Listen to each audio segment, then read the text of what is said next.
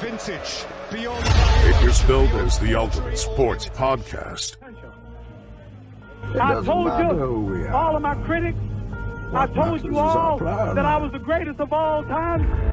Everybody has been waiting. 9.58! I'm God gifted. He's a fool! I'm the matador! This is the Weekend Guy Podcast, and it begins now. Hello everyone, welcome back to the channel, welcome back to the show.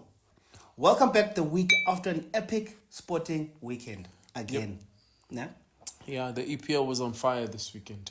For everyone else though, not for me. Not for me. I'm with you on that. As an avid Chelsea supporter. We spoke 2 episodes back that my run for Feb was, I think it's ended now, isn't it? Man, you still coming up. Okay, so I'm in game 3. Yeah, March. I'm in game 3. It March ends in March. Ends in March, yeah. So we played Man City, we drew. We lost to Liverpool in the final. Yes. Then we played Brantford this weekend. Yes. We drew. And I had said to you that the project, at least you can get something from Brantford. Yes. Chelsea would be a miracle. Man City would be a miracle. Yes. Liverpool, it's a give or take. Yeah, it's a cup If we had final. won that, it's confidence booster. Yeah, and also you lost in extra time. To Liverpool. Yes, to So Liverpool. we pushed them to the end. You Yeah. did, But you just did. against kids, though, so that's a problem. That's another Yeah. problem. And then we go to Brentford. They was expecting 3 points. Yes, if I was Just a to get 3 betting man, I points, would have say, bet okay, you guys, boys. no. In the changing room, I'd put it like this. Guys, okay, Man City, draw. That's the point. Guys, you played well. Final is final. Anything can happen. Next time we learn from that. Yeah. Brentford should have been easy 3. 100%. So that you guys now are on the right path. Yes. That's what I'm saying. Yeah. Keep at it. Drawing with Brentford is not growth for me. Disappointing. It means that, for me, if you draw against Brentford, after such an amazing run, you don't quite have the right personnel yet. Okay. Not quite complete yet. Yeah. Because I went back into the archives and I watched the Fabregas era Yes. Chelsea. Yeah. It's a bare minimum, that kind of era, we would take the obvious points. Yeah, because also big difference between that era and now, right? It says Fabregas was coming into the Chelsea team as a league-winning Arsenal midfielder. captain. No, he had been Arsenal Barca. captain, but he came from Barca having won Barca, the league. yes. So he was bringing that kind of experience into the team. Yeah. Yeah.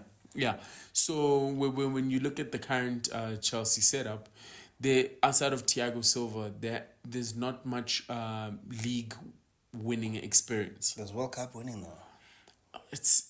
But a World Cup is a 1-month tournament.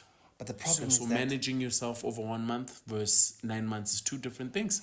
the argument is that the Billy.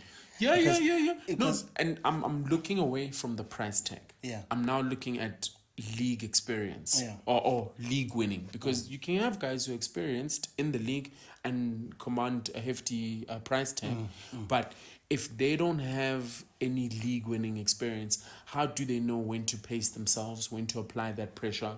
Something. To manage a It's- league win, which is it's- what Arsenal failed to do last season. But they've learned from that. But Yeah. I feel like there should be minimum. When you look at your planning, guys, Brentford give me 3 points. If you look at it from a perspective of, and we're going to come back to the Sunday's game, is that mentality of being able to push it past the line, Yeah. we should have that as a minimum. I hear you. Do you understand? Yeah. To chase the win against a Brentford or against a Luton Town or whoever, we should have that mentality to say, okay, guys, I drew Man City and I was defending for 90 minutes basically. Against you guys, let me do the same to you. Yeah. This is where now the disconnect comes in that, okay, what is Pochettino pushing now? Is he pushing the second half Man City? Yeah. Or is he pushing the average performance team now? Okay. What do you want to be? Do you want to be the killers? Or do you want to be that determines where we're going to end up? Do you want to chase the league? Or do you want to be midfield? Yeah, because and for me, this is where then that experience comes through, because Chelsea know that they're not winning the league. Yeah. Right? they are not going to make the top 4. Right? So you need then that change of mentality to say, okay, we're chasing 6th spot because we want European football to gain that experience that will go a long way for us, right? So now how do we manage these last 12, 11 games to make sure we get to that 6th spot? It comes back. And part of that mentality is saying games like Brentford, you can't drop points. Yeah, we're not here for that. Yeah, you can't. That should be clear in the changing room. Yeah. That Coincido 100 million is not here for you to draw with Brantford. Do you see what I'm saying? Because now you start, because now there's gonna be a leak in the mentality of the coach now. Now you start to think, Pochettino has never won the Premier League. So Pochettino's teams have never pushed Premier League level kind of intensity. Yeah. Mikel Arteta has won the Premier League as an assistant Coach. but that means he's won the league. He's seen it firsthand. So he's seen the formula of what it takes to push these last 3 months of the league. Yes. What is needed in the changing room. Yeah. Do you see what I'm saying? Pochettino does not have that. Mourinho has that. Conte has that. Yeah. Do you see what I'm saying? You need to go, if you want to be an elite team, you have to go now. This is where the difference comes in. The difference comes in elite coaches. And unfortunately, if you want elite results, you have to bring in the guys now who can go toe-to-toe with the likes of Klopp. Yeah. Can go toe-to-toe with, this guy, Pep.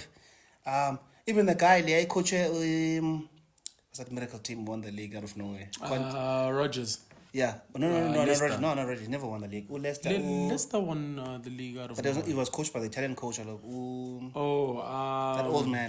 I know what you're talking. So I'm just I think he coached Roma at some point. He moved on. Yes, but I'm just saying that now we've seen that Pochettino.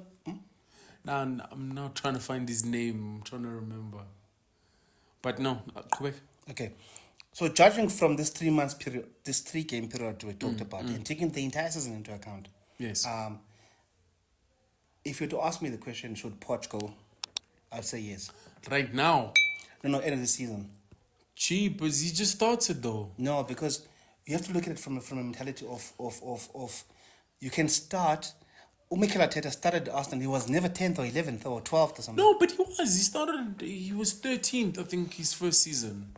He was 13th on the Arsenal. Yes. Okay, I don't remember that. Yeah, he didn't. I think it went 13th, 8th, and 6th before Arsenal. But he had never spent $1 billion though. Yeah, no, that's a major difference. Yeah. So at least the only difference with Pochettino is that he spent $1 billion, but at least $1 billion should give you 8th in the first season. Yeah. Or 9th or something respectable. It's looking now. But look at this, right? Arteta is in year 5, I think, of his Arsenal project. Yeah, and year 3, 4, 5 has been not that bad. Yes, but let Poch get to year 3 at least. Hence why I said, for me, where I'm going to be critical with Erik ten Hag and not have any room for forgiveness is in year 3. Because you've had more than enough time to put your imprint in the team. That's a write-off, by the way. Don't go there yet. Yeah. Let's focus on Poch. Pochettino comes back to... You're not a believer. No.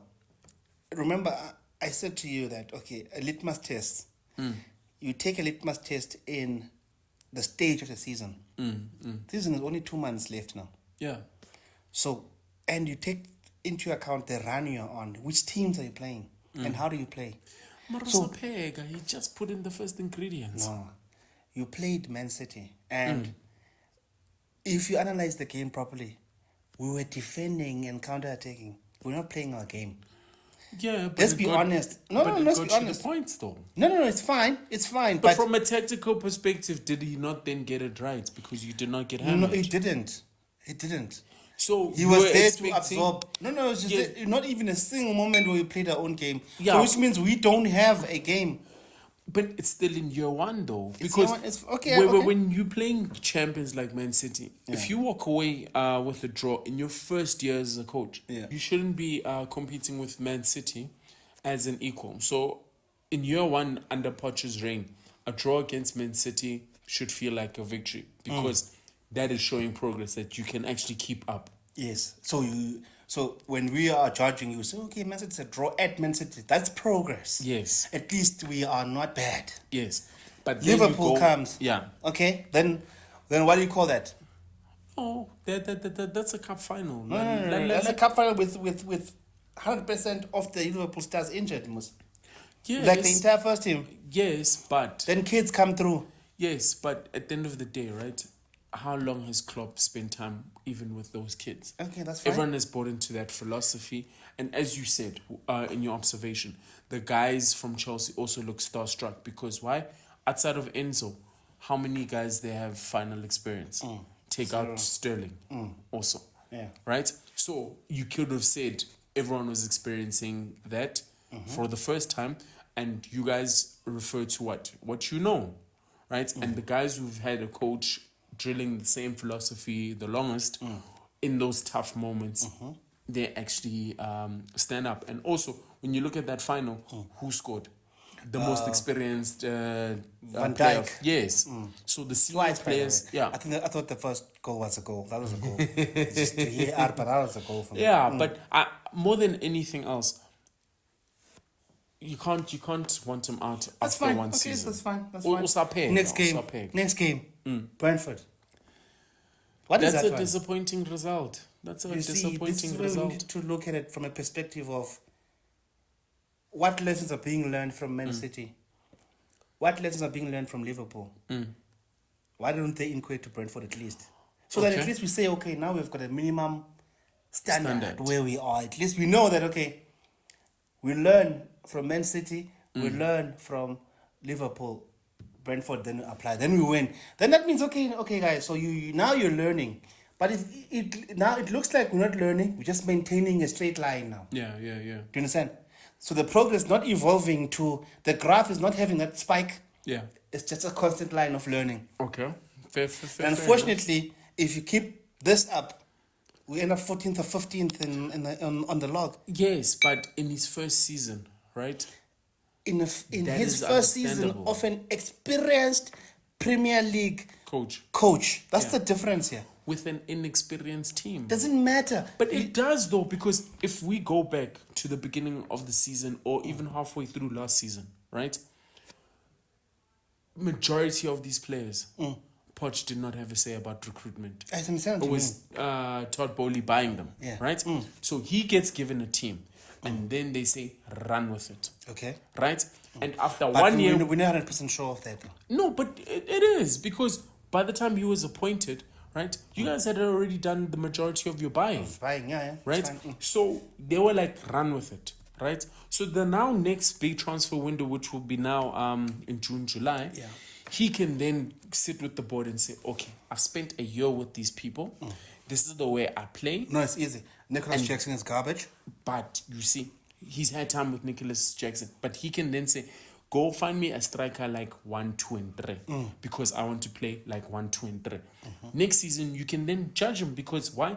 He asked for that striker. He asked for those players. But what if, let's put it out there, Roman Abramovich days, Yeah? I bring in Mourinho or I bring in Conte. Yeah, but... And to say Conte, I bring him to buy the players he wants. Yeah, exactly. And then say to him, bring me European football. Yes, but... And I like the fact that you made that example, right? Under the Roman Abramovich era, right? The coach came, and the coach had a list of players and told the club, go buy these players for whatever price. Yeah. Right? This time, Poch found the players.